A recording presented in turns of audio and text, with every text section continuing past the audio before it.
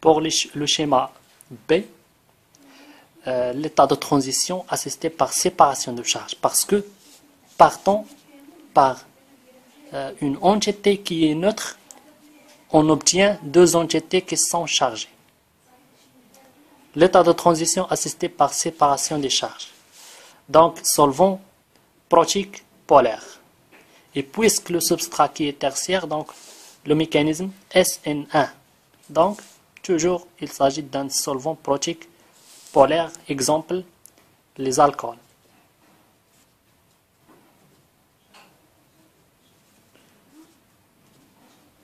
Les alcools, ROH.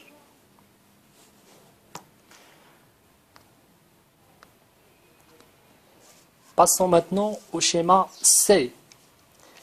Il s'agit d'un cycle à 3. Donc, on a une tension de Bayer. La tension de Bayer gêne la formation de l'intermédiaire et gêne la formation de l'état de transition.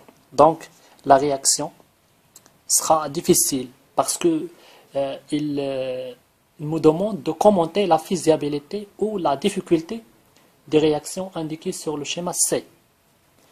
Donc, on dit tout simplement, puisqu'il y a un cycle à 3, donc il s'agit d'une tension de Bayer. Donc, la tension de Bayer gêne l'état de transition, gêne la formation de l'intermédiaire et gêne l'état de transition.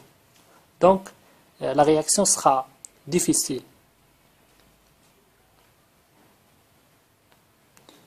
Pour le schéma D, la question, a-t-on fait le bon choix de solvant pour réaliser la réaction D, sinon proposer un solvant plus approprié?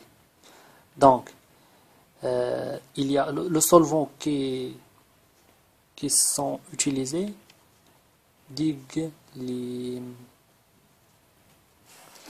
on sait que l'équilatant d'Iglin, lorsqu'il s'agit d'une unolate, il y a O-alkylation.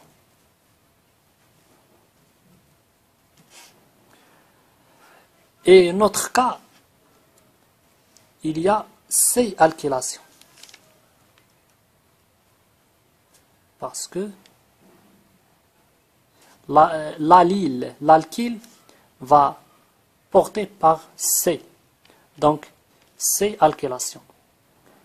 Donc, on ne peut pas utiliser des glymes parce que les chélatons favorisent O-alkylation.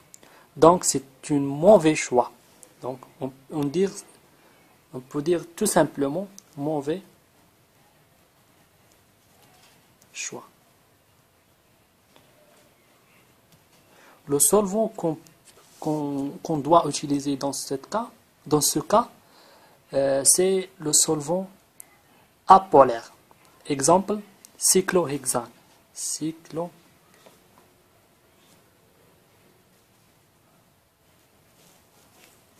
Cyclohexane, celui qui est favorable pour cette réaction.